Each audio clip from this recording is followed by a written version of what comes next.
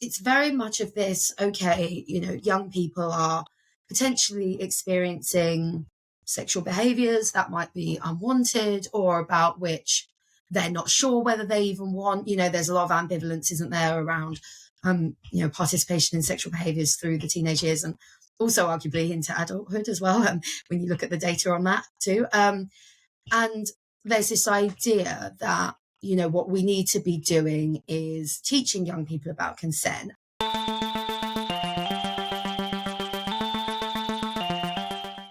Hello, my friend, and welcome to Something for Everybody. My name is Aaron Mashmitz. Dr. Emily, welcome to the show. Thank you. Good to be here. Thanks for having me. Absolutely. I'm very excited to chat with you about what you're an expert in. But before we get to all of that, I have a very important question, and that is, how are you doing? Like, actually, really, how are you doing? Okay.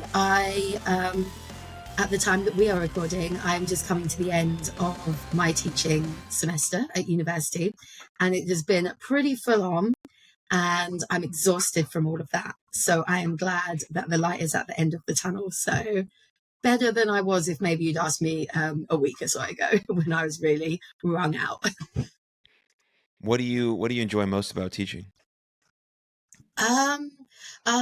Good question. I think I like the kind of in the moment being able to talk about stuff with students and get them thinking in different ways, and they make me think in different ways sometimes, and they raise things and they look at things from different angles, and I really enjoy that side of it. Teaching is very, in education, formal education these days can be very bureaucratic, and there's exams and assessments and there's all those kind of sort of formal processes that you've got to go through, but actually it's sort of connecting with people over the ideas and talking about it all, which is the best part of it, really. Yeah, and I think seeing people sort of understand maybe the thing that they've been struggling with, the sort of the light bulb moment. It's much easier for me to see that because I coach sports, baseball specifically. You guys don't really play that where you're from, but in America it's quite popular. But you're teaching someone, and the sort of the hardest part about teaching or coaching is like figuring out each individual person and how they receive information well. That's sort of the struggle, and the really cool thing about it is you have to understand really what you're talking about and individually their personality to try and get them, and then they finally understand it and you're like, wow, that's like the coolest thing of all time. It really is. And I think it's difficult sometimes for people, isn't it, when someone, say, is struggling or not getting something. But the idea is that it's as much about you as the teacher as it is them, and it's how do you actually connect. It's such a kind of relationship that you have, and you're in like a classroom or a big lecture room environment, and it's how do you actually like manage all of those different people and what they need, and how to kind of adjust and fit to that. But I think that's actually part of what makes it an important thing to do. And I think for like a subject like mine, that idea of, okay, people being able to understand stuff, that's great. And also that idea of like thinking about things that they've never thought about before. Like I'm a big kind of believer in that idea of like open yourself up to new ideas, consider other perspectives and arguments, and you might change your mind, or you might refine the way that you think about something further. And I think that's a really great journey to go on with people, and I really enjoyed that. And if the students are open to it, and then I'm doing it with them, and it can be a really powerful relationship, actually. Yeah, hugely powerful. Was there any teachers growing up that really changed your life or changed the trajectory of your life? Oh God, yeah. It was quite funny. So I had like a sociology teacher at school, and he was just like this unbelievable character. Like, I don't know what was going on with him, but he'd go on. He did not care about like what you had to do for your GCSEs or A levels or anything. Like all the syllabus and the curriculum and stuff was out the window, and he just talked to you at length about like just the ways of the world and like how things were operating and stuff. And he'd have these like side conversations with like pupils in the room. Like, I wanted to talk to him about like the political situation in the UK, and he just like sits down with you and just like has a random chat with you about it for like 10 minutes in the middle of the lesson. And he was honestly just like a barrel of laughs, and it was completely mental. I have no idea what the rest of the school thought of this guy, but we all loved him. And it was amazing because it was like, it's making that educate, like there's a lot of education to jump through hoops, and it's spoon feed it to me so I know how to pass an exam. And I get why students and young people want that, because it's really anxiety provoking and stuff. But I actually think that the most inspiring teachers that you have are the ones that just go off script, and they make you want to learn for the love of learning, and you want to understand it. You're not just doing it to pass an exam. And connecting with you on that, it's really inspirational when they can do that. But it's very difficult to do within the current educational landscape in this country and elsewhere, I'm sure. Yeah, I mean, I don't know. I've never worked at the university like that, but I know that the best coaches or the best teachers, like you're saying, invoke this sense of curiosity. So instead of doing this, because when I was in school, I just did what I needed to do to memorize the information so I could take the test, so I could get the grade, so I could play the sport. Now, as like a podcaster, I'm much more curious about things, and that's way cool. Like I don't know where I developed the sense of curiosity later in life, but if we can have a person invoke that in us early, it's not like you're going to like every subject. That's just not your personality. But if you can have a sense of like, oh, okay, this is kind of cool, and I can see where this might track, and this makes sense, and then, oh, these subjects really interest me, I want to dive deeper into here. And then you find those teachers who sort of give you the wings to fly, and then you flourish, and then it's like all sorts of magical things can happen after that. Yeah, definitely. And it's way less instrumental. And that whole idea of like self-actualizing in that, through that curiosity and really getting to know yourself. And yeah, I think it can be a really great experience, and a lifelong one as well. It means you can take learning and education out of this idea that it's something that happens when you're young, and then you learn everything you need to learn, and then you can contribute to society as a functioning adult with all the knowledge that you need. And instead you can move away from that to that idea of, this is a process that you go on, for your entire life. And you can open up the whole landscape of education. And also for the teacher doesn't have to be this expert person that imparts a load of knowledge onto young people, that you can be a person that's actually part of that journey with them. I mean, I teach on like similar modules every year at university, but I like kind of take a different approach, or I learn something new by the end of it each time, because you've considered new things and each class in front of you is different. So I think it's mutually beneficial in that sense. Yeah. Speaking of the stuff that you teach, let's get into that now. I kind of want to ask this question at the top, like what has been the most concerning, let's say, bit of research that you've stumbled upon in terms of online sexual behavior or consent, or what young people are dealing with?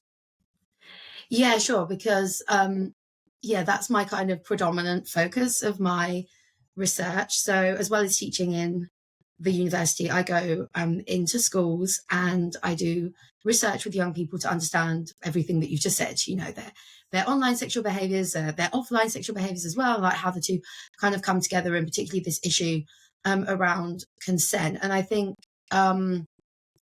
like from my perspective, I find it very, something I found increasingly disturbing is just how unhelpful in some senses the current like landscape is around what we tell young people about consent, and the messages that we give out, and what we want them to learn, and what like as adults, in their lives, parents, teachers, whoever, what we want them to learn and absorb and act, and just how, well, at best maybe it's not having any impact, or not really having a significant impact, but at worst it might actually be antagonizing some of the problems that we see going on between young people. And actually, I mean, I'm not like, maybe this will sound a bit incendiary, but actually it'd be better if we just didn't bother and we didn't do anything, because we might actually be making it worse with some of what we do.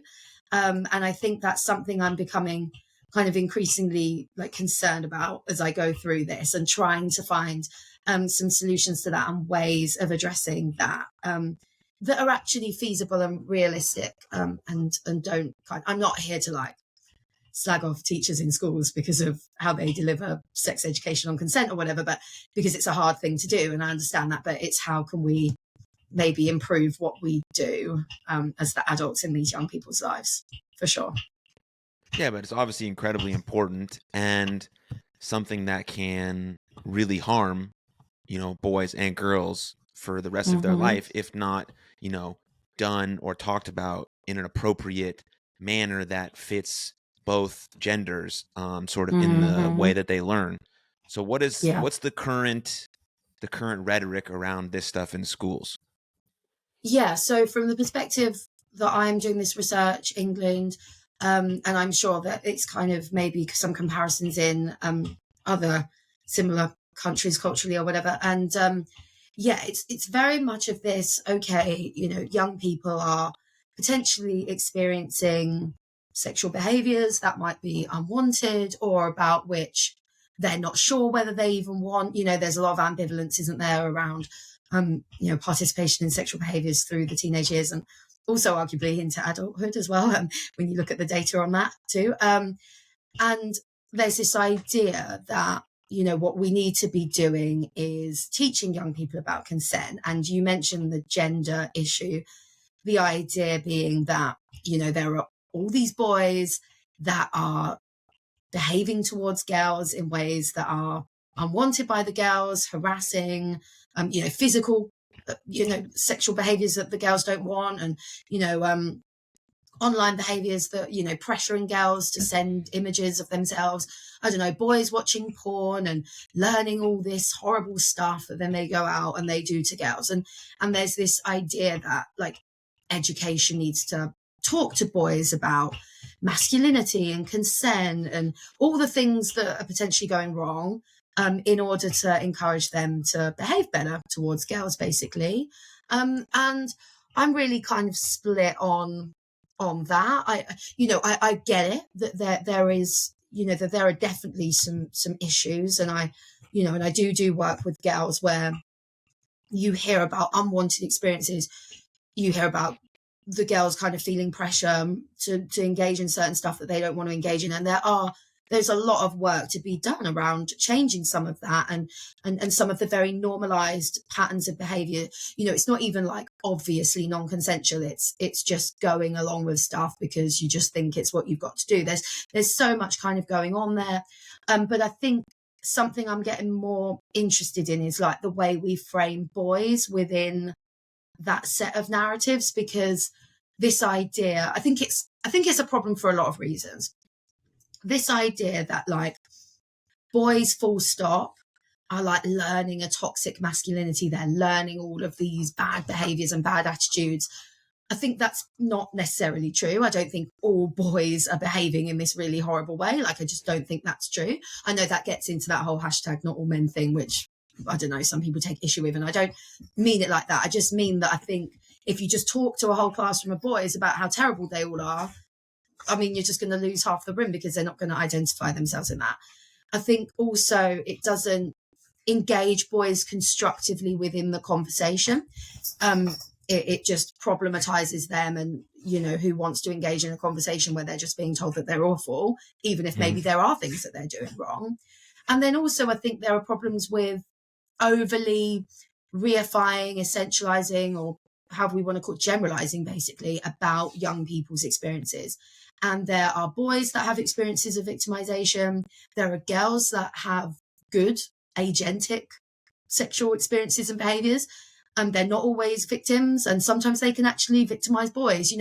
There's a lot of different dynamics going on. And I think it actually goes back in a way to the conversation that we were having at the start about teaching and learning, and how can we actually have a more curious, open way of engaging with young people about some of the challenges that they face in this area without necessarily going in thinking we as adults already know what all the problems are and we're just going to like give you a lecture on toxic masculinity or consent and then hopefully that will solve all the problems. I don't think it solves the problems. Like I say, I think it either doesn't work at all or it might even make the problem worse. So that's pretty much in a nutshell where I'm at with my thinking on this. Yeah. The thing about masculinity with young boys is that if the conversation starts with you're inherently bad because you're a boy, you're not going to attract anyone to think differently. Right? Because that's why people like Andrew Tate have been quote unquote successful in their messaging, because they have the symptom correct. They obviously don't have the correct answers or solutions, obviously, but they have the right symptom, which is, reframing this idea of masculinity. Masculinity is like a hammer. A hammer can be used to build something, or a hammer can be used to smash the fuck out of someone's face, right? It's inherently not a bad thing, but it can be used in a toxic way. And that's how we have to frame it. The same thing as any person. We all have good and evil inside of us. Hopefully, I let the good shine out more than I let the evil shine out. And the same with masculinity. If I can say it's just the energy that you possess, how can we then frame it in a way where you can use it in a positive light? Because the most masculine men, the most healthy men, are respectful and kind to the opposite sex because they see the beauty in that person and they're able to share that beauty with people. Now, for a 13, 14, 15, 16-year-old, that's very challenging. We just have to get them to maybe admit what sex they like. That's a big deal. Okay, so you do like women. Great. Now, how can we tell them that we're attracted to them without basically being mean to them? That's basically what we did when we were younger. How can we do that in a different way? But, teasing is and banter is still part of a good relationship, but there's always a line with that. And so I think you're going to get more boys engaged if you inherently tell them that they're good, they can be good. Here's where we might be able to go wrong, and then build it from there. Yeah, I mean, I couldn't agree more. And this is where I think this point I'm making about making the situation potentially worse lands, because I think if we're thinking heterosexual, the boys that are saying, okay, I like girls and I want to find ways to have relationships and interactions with them.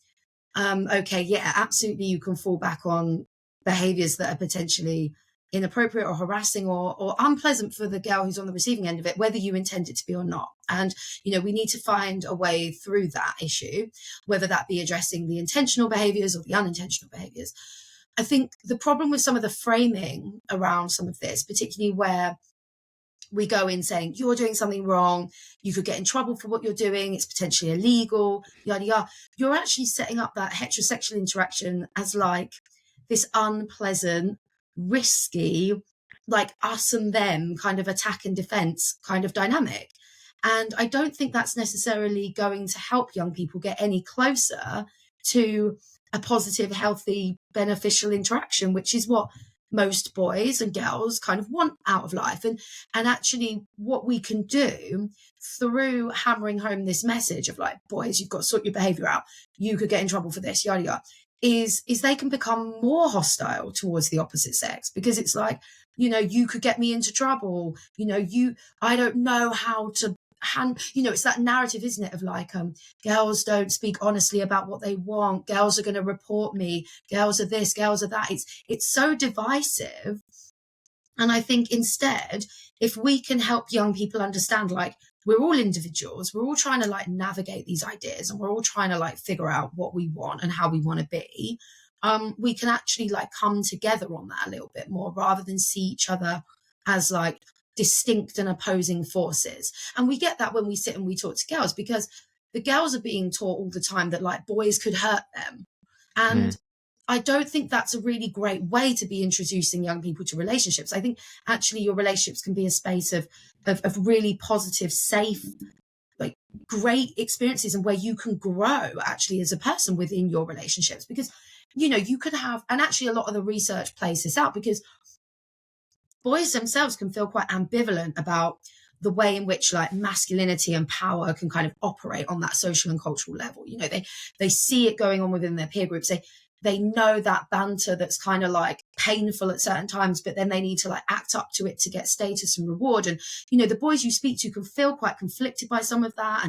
And they're like, we can kind of get victimized in some of that narrative as well. And there's a lot of pressure on them. So the boys can actually be quite nuanced about that. And it's in their interpersonal relationships, be that with other boys that they're friends with, or girls that they end up being friends with or intimate with, that they can start engaging in different ideas and different types of relationships, and really positive growth and positive development can come from that for them. These relationships do not have to be all about risk and harm and negativity. And I think that's actually where we've got to with some of the narrative now of like boys saying, well, and young men, I'm not going to approach girls. It's too risky. It's too dangerous. I'm going to get into trouble. They're going to call me, I don't know, that I'm harassing them and all of this. And you think, oh, blimey, like, is that the outcome of all of this? Like, is that really where we want to get to? And I think if we can try and shift the narrative away from the negativity, I think that can really help, well, all young people, whoever they're attracted to.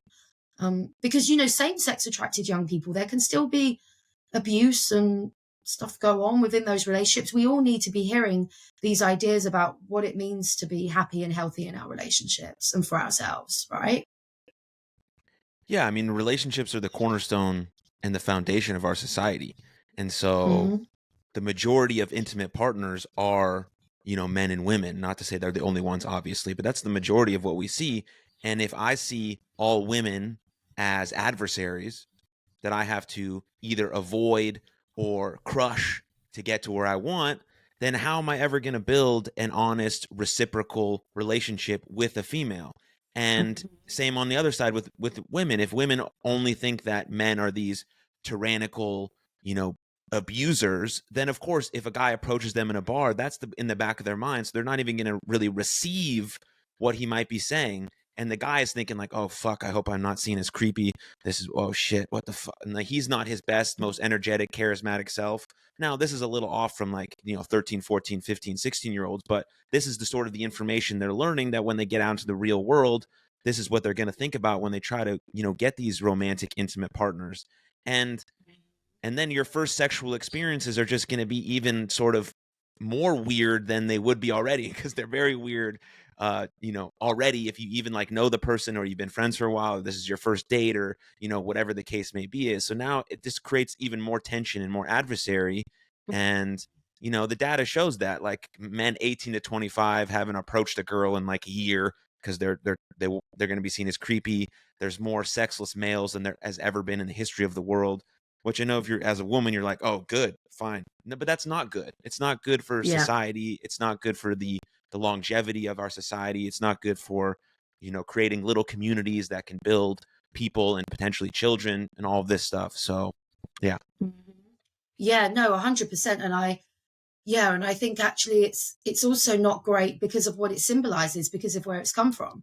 If you have this adversarial, fraught, risk environment that's set up between girls and boys, men and women, and it's resulted in some of that data that you say there about like men sort of exiting the entire market of sexual interactions.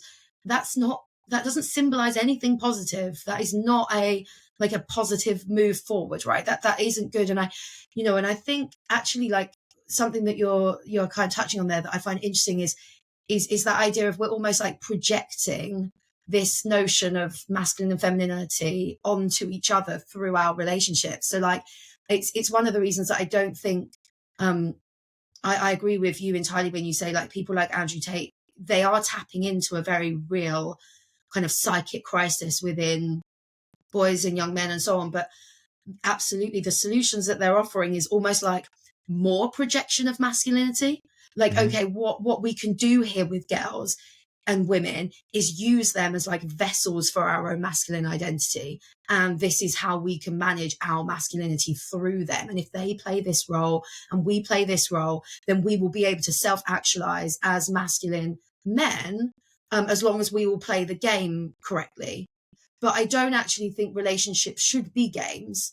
They shouldn't, you know, we know from, Sigmund Freud and that telling us about, you know, what projection really is. Like, okay, it's a defense mechanism. It's not actually going to get you to where you really have a sense of self that you can endorse and you can live out through your relationships. And we see that with young men, and then they're going into adulthood, and you know, we can see things about mental health crisis and suicide, and you know, the issues that men then face. This is not actually the solution, And likewise, you know, girls and women have long had to play up to the demands of femininity that have straitjacketed them in terms of what they're able to do in their own lives and sexually and all of that. And I think the more we can find pathways forward for, you know, for all young people and all of us really to think about, like, what does this mean? And there are gender-based and sex-based differences between males and females and men and women and stuff that do really need to be noted and explored and celebrated, and all of that is great. But then there's also, okay, what scope do we have to be individuals within all of that, and how can we do that with the choices that we make in our relationships and how we treat each other? And this is what I mean about open-ended learning around this, because I know it's probably as fraught in the US as it is in the UK right now, but, you know, you go in and you try to deliver relationships and sex ed to kids on this type of stuff. And it, you know, and it's all really like controversial, and what are they being taught and what's age appropriate, and adults ideologically doctrinating them with certain ideas. And I'm like, well, you know, I don't know actually what the ideas are that these kids should be taking away. I can't actually indoctrinate them with anything, because I mean, I don't know what the answer to any of this is. What I would really like them to do is, as young people, have a bit of space to just reflect on some of these tensions and this idea of, okay, get what, you know, I've sat and I've had so many conversations with boys where they'll talk about the way they feel about girls and what they think about Andrew Tate and all of this stuff, and they get it all out on the open. And I'm just like, okay, this is all really interesting. Like, all of your thoughts and feelings about this they make 100% sense to me, but like, how about I try with some different ideas for you, and I can just try them out for you in the room, and you can see what you think, and, you know, and you can kind of bounce off of me in response. Like, I'm not going to kind of tell you what to think. I'm just going to give you some ideas, and hopefully you can leave having reflected on those ideas a bit, and maybe that will help you, like, with the next day in your life or whatever, and talk about it with other people and try it out or whatever. I don't think relationships have a solution, but like, yeah, here we go, tick the box, you're going to be cool for the rest of your life. It doesn't work like that, does it? We know that as adults, do we? So in relationships, right? Yeah, I think what you're alluding to is that we're trying to equip them with the tools so that when they do go out into the world and experience all these different relationships, the good ones, the heartbreaks, the awkward ones, you know, all of these in between, hopefully not the really bad ones where like it's abuse and all of that stuff, but just like the regular ones that everyone happens, the rejection, all of that stuff, you're going to be able to think about these things in just like a little bit deeper way. Like, okay, that made sense there. Okay, I can maybe go about this differently. I can express this a little bit differently. Maybe there is a point for this. And because they had open-ended conversations, not like, you have to do this. This is how you do it all the time, no matter what. Like, nothing in life works like that, except like one or two things where things are like black and white. But in relationships, it's not, because you're dealing with a person who feels different each day, or thinks about different things, or, you know, has a bad night of sleep, or got yelled at by their boss, and all of these great things that make relationships so hard, but make them worthwhile. And that's why I prefer young boys to listen to Jordan Peterson. You know, I am someone who listened to them, has been listening to him for a long time.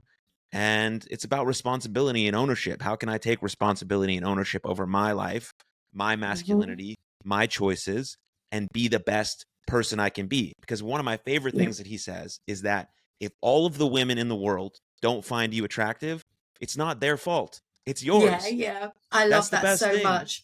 Right? Because why would it be a woman's fault if every one of them agrees that you're not attractive? Do things that then make you attractive. You know, clean your room, get a job, work out, shave your face, have some personal hygiene, find things that interest you so you can talk about them. Like, all of these things are learnable, trainable skills.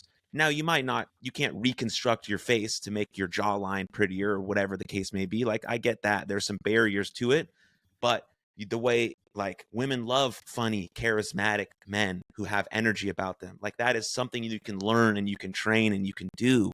And that's not like this thing you're born with. And those things we have to take responsibility over. Yeah, it's hard to admit to ourselves, like, yeah, I don't really have a lot going for me right now.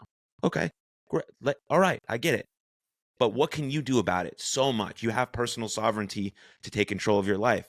And the same with women now. They have they have, all of this freedom to make these choices. I think modern day feminism has now put them in a separate box that they weren't in before, which I think has handicapped them, because, women should be able to make choices, but now they feel like they have to be this ultra thriving boss. Instead, what if they want to be a stay-at-home mom? Now they're looked down upon for that, when it should be like this open-ended thing to make whatever choice you want to make, not continually over years create a box and put you in and call that modern or being progressive.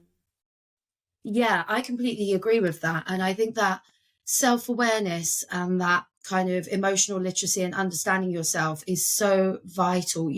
What am I searching for from this situation? Why might I be, acting this way, or having the relationships and interactions in my life that I'm having? Like, what is it that I need to understand about what's going on here for me? And I think that is definitely a skill that can be honed and practiced. And some of the boys that I chat to are very aware that there are status hierarchies. Women, Jordan Peterson says, don't they? They date sideways and upwards.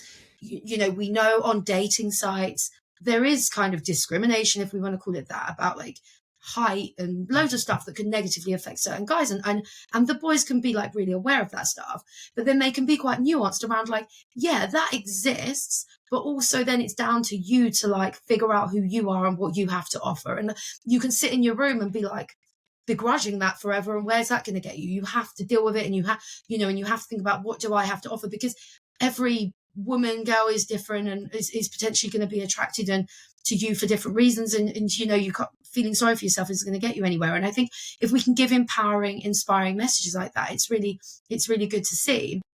I think because I have had I'm upset in a way by like the idea that women being able to achieve equality has been seemingly about their ability to participate in male spaces. Or, can you be the CEO? Can you be this? Can you be that? Like, and then that's meant that feminine spaces, or whatever we want to call them, have now become like, oh no, if you're a stay-at-home mum, or if you're this or you're that's almost become the low status thing. And I think that's almost like just caused the same problem, but in the other direction. Like you say, you're as boxed in as you were before. And I think as we're seeing a kind of equivalent thing happening with men, because we're saying, right, men have got this, mental health, suicide, whatever it is that we're concerned about men. What men therefore need to do is talk more about their emotions in the way that women do. And I was talking with another guy on a podcast about this recently, and I'm like, I don't think we need to be prescribing these solutions for people. I think human flourishing and human freedom is not about saying this is how you do it. It's about saying, okay, how are you going to be able to learn for yourself what that looks like for you? And, and I think actually sometimes Jordan Peterson, because I listen to him a lot. I love his podcast and all the rest of it. And I think sometimes what he's really getting at is almost metaphorical ways of thinking about take responsibility for yourself and understand yourself. Making your bed in the morning is not like all of a sudden you're going to have all these women because you've made your bed. It's a mindset, isn't it? Mm-hmm. And it's how can you develop a mindset of self-awareness, responsibility, and all the rest of it. And that's, as of yet, we don't know what that outcome's even going to look like for you yet. Maybe as the woman, you will be the CEO, or maybe you'll be at home looking after 6 kids. We don't actually know yet. And that's cool, because independent thinking and empowerment or whatever could look like either. And it's about, do you have a range of choices available to you? Do you endorse it? Does it work for you? And I think the more we can get boys and young men reflecting on that for themselves. That's why I don't think Andrew Tate has a solution, because he's just offering another artificial construct as a solution that maybe works for a couple of people. Maybe that's cool, great for them. But it's, anybody that says I've got the solution for you, I mean, I just have a inherent distrust for them. I'm like, no, it's about your own journey. And actually young people themselves find that quite alienating. They're like, I don't want to be told what the solution is. Like, I want you to help me figure it out in my own way, because exactly as you say, they're going to have loads of different experiences in relationships. Relationships is a lifelong journey. 40, 50, what might be happening for people is changing all the time. And it is about, what do you need to know to go on that journey for yourself? And I think as well-meaning adults, sometimes we worry about young people, you know, we want them to be safe. And we think if we just hammer them home with like loads of information, if we give them like, this is what you've got to do in this situation, right? Box ticked, they're okay. We don't need to worry anymore. But I think that's a bit of a false sense of security because it's not working. You know, talking to boys about porn and, I don't know, online image sharing and all the stuff that we're worried about, like, oh God, it just has not worked. It has not stopped any of the behaviors, even though we've like rammed home a load of information to them. It's not worked at all. Yeah, anyone who tells you they have it all figured out all of the time is either stupid or lying. So that's people you should definitely not trust. They don't have the self-awareness clearly themselves. You know, if they're saying, yeah, I'm all cool. Well, no one would ever say that. Yeah. No, it's like, it doesn't exist. Like, another reason why, you know, Andrew Tate like makes me suspicious, because you're way too narcissistic into yourself. Like, no way. Where is your like acknowledgement that you are not as perfect as you are making yourself out to be? Right. I mean, it's like the only people who don't have imposter syndrome are narcissists. Mm-hmm. Yeah, everyone else is like, exactly. am I doing a good job? Do I deserve to even be talking about this? And most of the time they do, but there's like an inherent, like, I'm not good enough, so I'm going to keep striving. Now, that's a different conversation to fix that not good enough part, but it always keeps you a little bit curious and trying to learn and trying to grow, because you have the sense of like, oh, should I even be in this space? You definitely should be, again, separate chat. But those who think like, I'm perfect, I got it all figured out, everyone should listen to me all the time, like, narcissist. Yeah, and you know, who was saying it I was listening to something the other day about how, like, if you don't feel imposter syndrome ever, then you're not taking enough risks. You're not putting yourself in new situations enough. Actually, sometimes that feeling of imposter syndrome is like, oh my God, yeah, I'm taking stuff on. Like, this is pretty overwhelming. Like, am I going to be able to do it?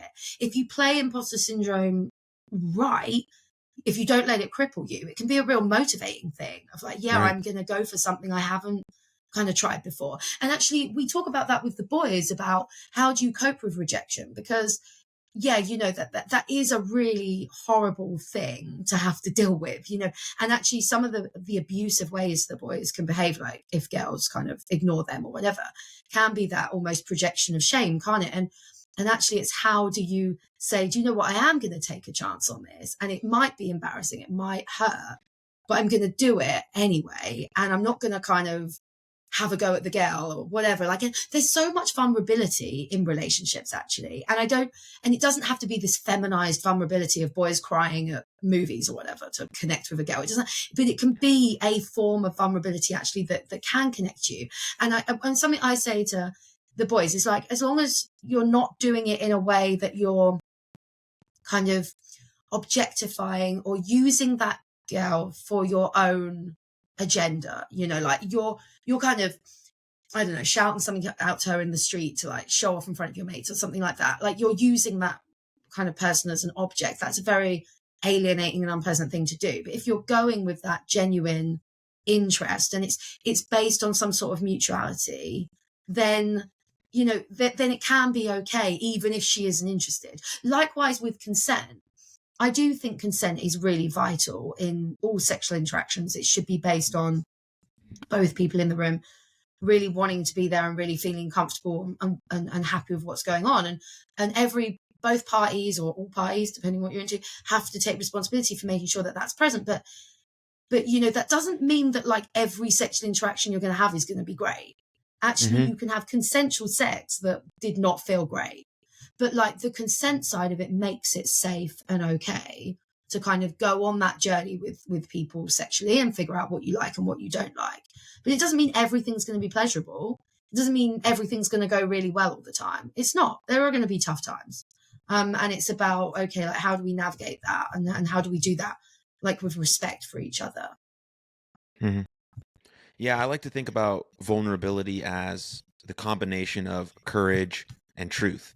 So if you put those two together, then going out to speak to a woman is definitely courageous, and you should be truthful. Like if I spot a girl and I really think that she has pretty eyes, or the way what she wore looked beautiful, like that's truthful. Go tell her that, not like do some weird negging trick that they teach you in like pickup artistry where you're like supposed to be like a peacock thing. Like, just be courageous and truthful. And then you have to think about the woman who like has a tough time probably telling you like either no or yes, depending on her day and how many times someone's come up to her. So you have to also think about someone else outside of that. Like it's also very hard to tell someone like, no, I'm not interested, because a lot of times women have to make up this like 2-minute elaborate story that will get a guy to believe them, so they fucking walk away. And so we have to go with that too, like thinking about the person we're about to talk to, what they might be doing, how they might be feeling. And I'm still going to be courageous and truthful, because regardless if I get rejected or not, I know that I did what I set out to do. I tried to talk to a girl. I said my piece. I said an honest thing, which the most exciting thing you can do in life is be honest, according to Dr. Jordan Peterson. And you were courageous. And that's not something to be ashamed about ever. Now, you might go talk to 50 women and get 0 numbers. Great. But the same thing is going to happen when you go and get a job or you try to apply for university. Like, you're going to get rejected. And if we can learn at a young age that I can always get back up, then it's going to be that much easier to get back up, because you're arming yourself with these skills, specifically in part of relationships. You're not going to meet the person you're going to spend your life with, when you're 16. Like some people do, and that's fucking incredible. It took me till I was 28 years old to meet the love of my life. And so there was a lot of stuff in between that happened, that allowed me to actually be ready to meet that person. Because if I had met her when I was 22, I would have just had to try to have sex with her, and then I would have moved on. So thank God the timing was the way it was. And so there's a lot of things that young boys can start to think about. And it doesn't come with, don't do this. This is bad. This is wrong. I'm going to try and do the opposite, because that's just like who I am. But if I can give them a context, then they can learn from themselves through experience. And I think that's important. Yeah. There's so much you've said there that I agree with. That idea of like the actual journey is really vital, that actually we don't want to solve this stuff like, by the time you're 16 and there you go, relationship sorted, you're with the person you're going to be with. Absolutely, you need to go on that journey, because then when you do meet the right person, it's the right time, and absolutely everything that you say. And I think tapping into this almost notion of like perspective taking that you're getting, because say like with the consent stuff, what kids are often being taught, like in the England context at least, is this is what the law says about consent. You need to get it, otherwise you're potentially going to be engaging in illegal sexual behavior. And like the idea, particularly as a boy, you're the one that's going to be kind of potentially in trouble illegally, and then the girl is potentially going to be the victim in the situation. And they're also being taught, often, the schools I go into anyway, the kids are often being taught about affirmative consent. And I know that's really big in the US, and like college campuses and stuff are teaching about affirmative consent. So this idea of yes means yes, anything less than yes is not consent. You've got to hear a no, all the rest of it, and all of that. And I get like the well-meaning, like endorsement of that kind of education. I completely get where people are coming from with it, but it feeds back into that like attack and defense kind of us and them thing. So the boys are thinking, right, okay, in order to like have safe legal sex, I have to like get the girl to say yes. And like and in a way, actually, in the UK, at least, our legal system doesn't require affirmative consent. So they're already getting that all mixed up together.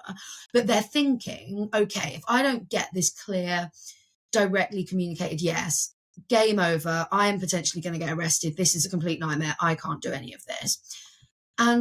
But then they're saying, but you know what, like in a sexual situation, people don't always say yes or no. It's really difficult for both boys and girls to give and receive rejection. There's loads of like peer pressure. So even if like the girl does say yes, she might be just feeling like loads of pressure, and then she can't really talk, and and all of this. And so they're really feeling like, oh my God, like this roadmap or set of factual solutions, that didactic learning of just do X, Y, and Z that the adults are doing is just making them feel really anxious. And then the problem is they then some boys get hostile. They're like, well, you know what? Those girls that don't communicate properly and they say yes when they don't mean it, and they don't say no because they're worried about rejecting you. Oh God, those girls are going to get me into trouble. And I think it's trying to like shift into that, like, well, if you're feeling insecure and confused and all of the feelings that you've got as a guy in that scenario, then like let's humanize the girl a little bit here as well. Like she might not be the evil girl that wants to get you into trouble. She might just be like struggling herself. And how can we, it goes back, I guess, to what we were saying right at the beginning.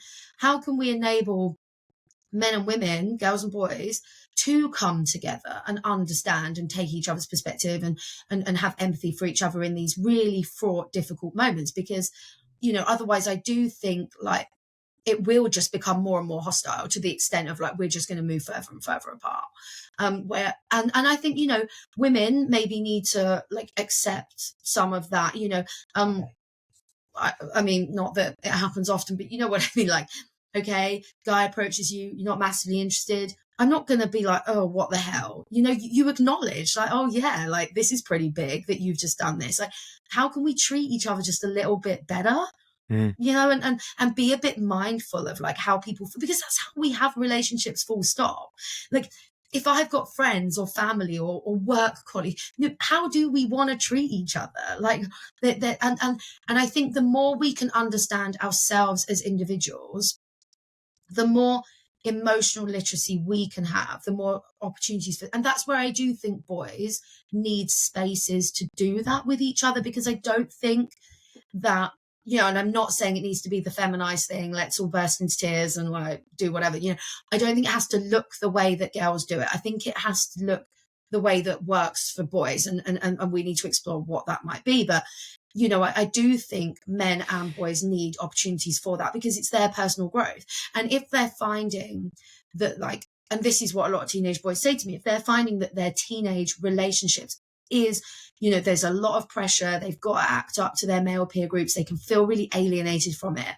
And then they're going into a classroom being told, you've got toxic masculinity, you've got male privilege, you as boys are all horrible, horrible. So that individual boy that's potentially struggling to navigate all of that, it's a really alienating message. And I think as like the adults, we need to be giving them different spaces to articulate some of those concerns in ways that work for them. Otherwise, it is just the Andrew Tates of the world that are tapping into those feelings. Right. Yeah, the sort of the underlying charge, I think, of these young relationships is this sense of belonging. Because if I'm the only person in my friend group who hasn't kissed a girl or held hands with a girl or gone on a date with a girl or had sex with a girl, I have to do whatever it takes to not be this person so I can fit in with my friends. And that will cause young boys to do things that are not nice and not good because they have this sense of belonging. And the same with the girls. Like if all the girls in their group have kissed boys and they have boyfriends and all this stuff, and this girl's a prude because she doesn't want to do it, and whatever the words they use, she's might be more inclined to say yes to something when she really doesn't want to. She wants to wait. She wants to get to know someone better. She wants to have a better understanding of herself. Like that underlying sense of belonging is really good because it brings people together, obviously, because the need for relationships. But for young people, it can cause you to do things that you don't want to do because you don't really know who you are yet. I mean, even adults don't really have this firm grasp of who they are and the core values they want to live by. So we can't expect young people to have that also, but we can, like specifically with men, with young boys, we have to give them role models. That's the key. That's the unlocking key to a young boy. Like if you look at sports, no young boy cares about what their coach says. They care about what their coach does. If he's kind to other coaches, if he's cool when you make a mistake, he's uplifting, he's encouraging, he shows up on time, he's respectful to the parents, he shakes everyone's hand.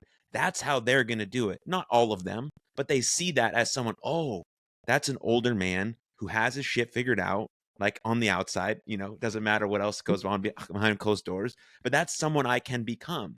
And so that's why social media is so crucial, because if young boys get trapped down this rabbit hole of sort of the wrong role model, who these charismatic guys who have fast cars and lots of money and hot girls around them, well, shit, why can't I do that? That's the role model they're going to go about. And so, especially in schools, if we can present them in real life, like real strong role models who are doing the thing they want to do, and then preaching this stuff about consent and relationships and reciprocity, then young boys are more likely to go and do that because they have a model of what to do, not just like a woman telling them that they're toxic.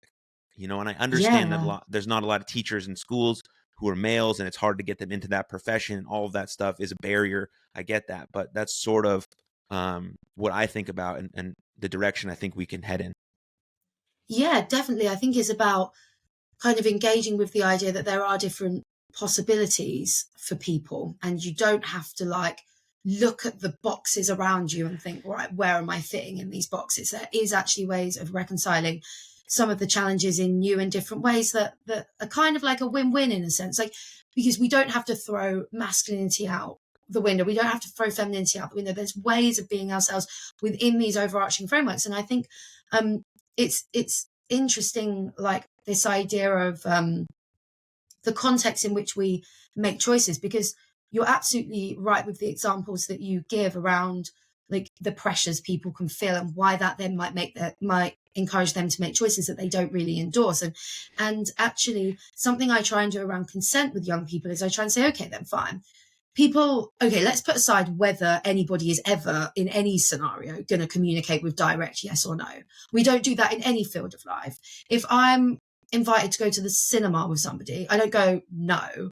You don't interact like that. You speak in a completely different way. So, but like aside from the kind of nature of the interaction, actually, why do we make the choices that we make? And we're bringing a lot to a relationship, to a sexual interaction, and potentially the feelings that we're bringing aren't actually really about each other. The boy has got in his head, oh, like my mate, so I'm the only virgin, I'm this, I'm that.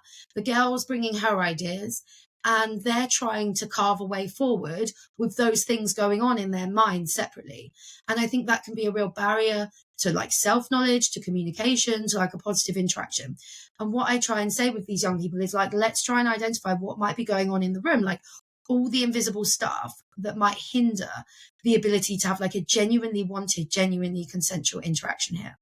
And there can be ambivalence with that. So for example, like some of the girls I speak to will say, you know, like you kind of do want to like, you know, you do fancy a guy and you do kind of want to like experiment with him, but then you're worried because like, what if he's going to think you're a slag? And what if then he's going to go off and like not want to talk to you after? Like, and so there's a lot of like internal conflict. And likewise with boys feeling I've got to like lose my virginity, but they don't really want to have sex in that moment. And there's so much stuff going on. And I think the more you can help them to unpick all that, A, it aids in their self-knowledge and development, and B, it helps with that perspective taking, because if they're struggling, they can start to empathize with the fact their partner might be struggling too. And it can lead to that honesty and vulnerability, because you can think, well, we're all kind of just humans here trying to like find our way forward. And I think where role models can model dealing with that ambivalence and being the guy that like is kind of cool and has the masculinity vibe, but also treats people with respect. You can piece together all these different like dimensions of yourself. You don't have to only be one way. And I think that can be really empowering actually for all individuals to find out, well, what's it going to look like for me? Because it's not, okay, yeah, here's the role model, go and do what he does. It's here's the role model offering you something that might make you realize that you've got more options than you think.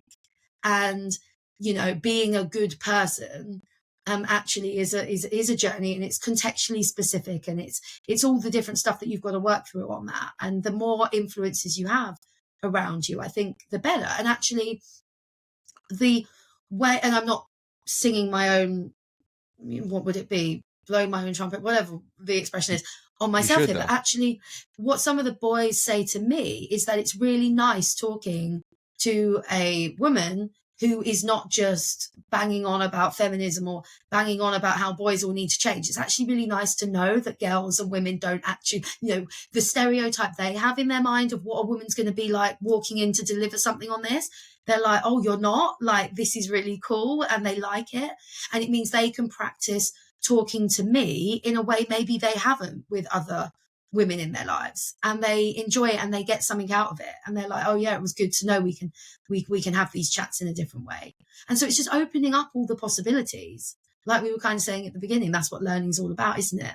The more open you are, that's what you're trying to do for people and for yourself. I mean, God, you know, every group conversation or whatever that I have with some teenage boys, every time I just walk out of the room like, okay, I don't even know what to make of that conversation that we just had. You know, I'm already like thinking and reflecting about stuff, because, you know, and that's where I think we need to like meet boys where they're at, because they are going to be teenage boys.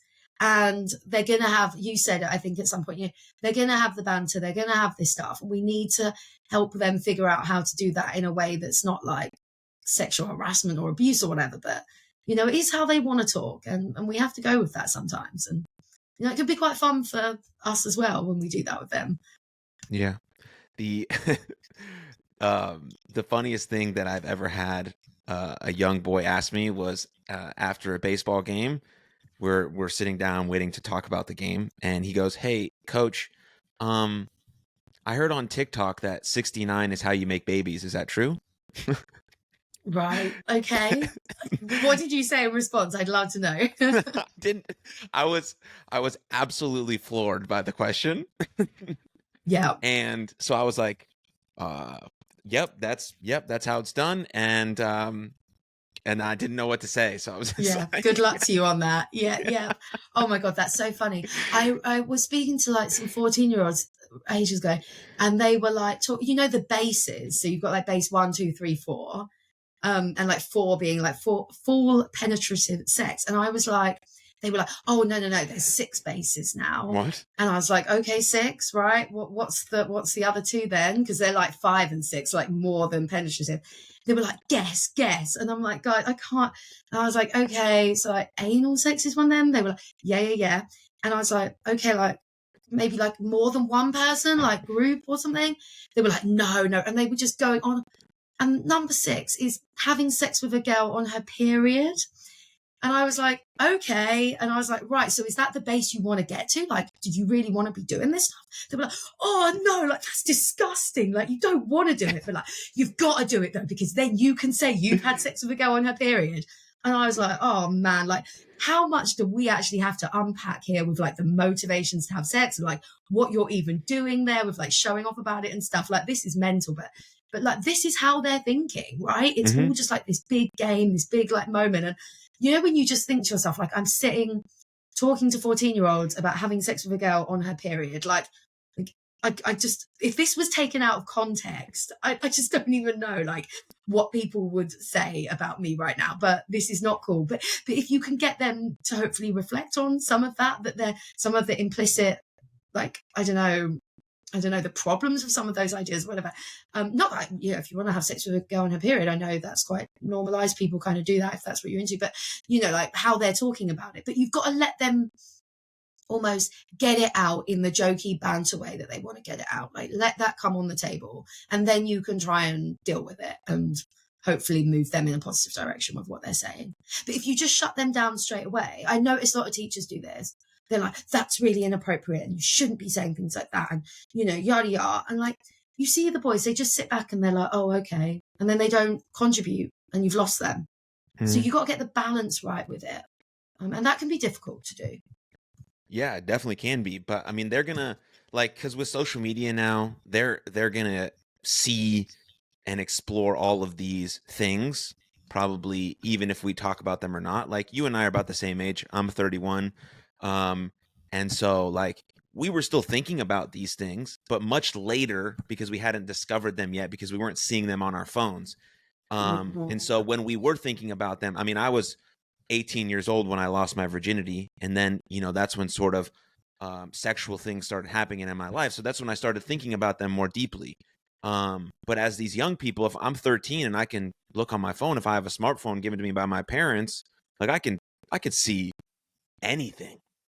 And that can be dangerous if no one's there to talk to you about it, to tell you what's right, what's wrong, what's this, all these sorts of things. And then you're going to make your mistakes and explore regardless, but at least someone's there to be a sounding board for you and to listen about what you saw or what's healthy and things of that nature.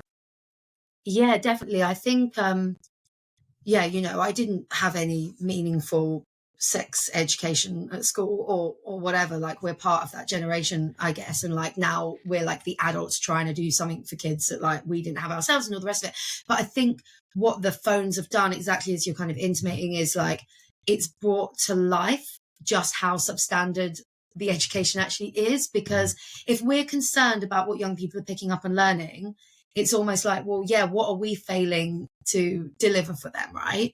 I think we do determine some of what they see online, you know, and we think, oh my God, these boys are watching porn, and then they're going off and they're being really abusive and they're doing all this stuff. And I'm like, well, they're not actually. Most young people are still not losing their virginity until they're 16, 17, 18.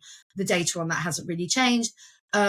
You know, most boys that I speak to are freaking terrified of even holding a girl's hand. They are not whipping them and strangling them to death. It's not a widespread issue. It is happening for certain young people, but they often have other risk factors that are going on for them as well. If we're worried about what young people are seeing, I think it should be an alarm bell or a light bulb for us that we just have to be having better quality conversations with them, exactly as you say, and not just going in telling them how bad it all is, but telling them, okay, let's actually deliver some proper information, some reliable information, because the kids want it. If they don't think it's going to be judgmental or shame-based and all of that stuff that adults sometimes have a tendency to do, if they think they're going to be listened to and understood and like part of the conversation, then yeah, they want the information. They want to know how stuff works and, you know, and all the stuff they need to know when they're going out there into the world, right?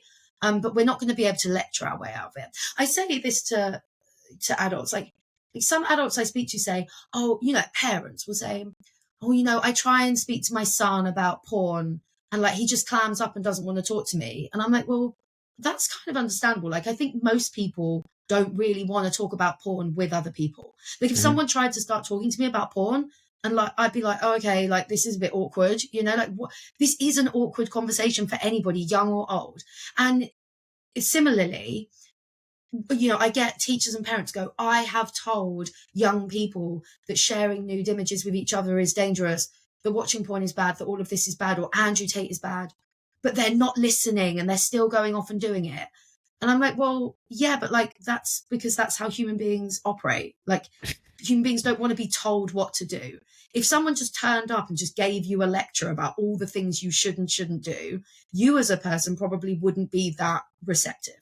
Teenagers aren't actually that different. They want two-way conversations where they are validated by people in their lives, just like we as adults want. And if you can give that to them, and you can create those spaces for them, then potentially they're going to be a lot more receptive when you do want to give advice. Like my friends give me advice, my partner, my mom. I have loads of people in my life giving me advice. I'm receptive to that advice if I feel that they hear and understand and care about me and have shown empathy for me. If they stood up with a PowerPoint and told me that I was getting it all wrong and this is just everything I need to know and off I go and I don't get a word in, then I'm probably not going to listen to them. Like that's just human beings.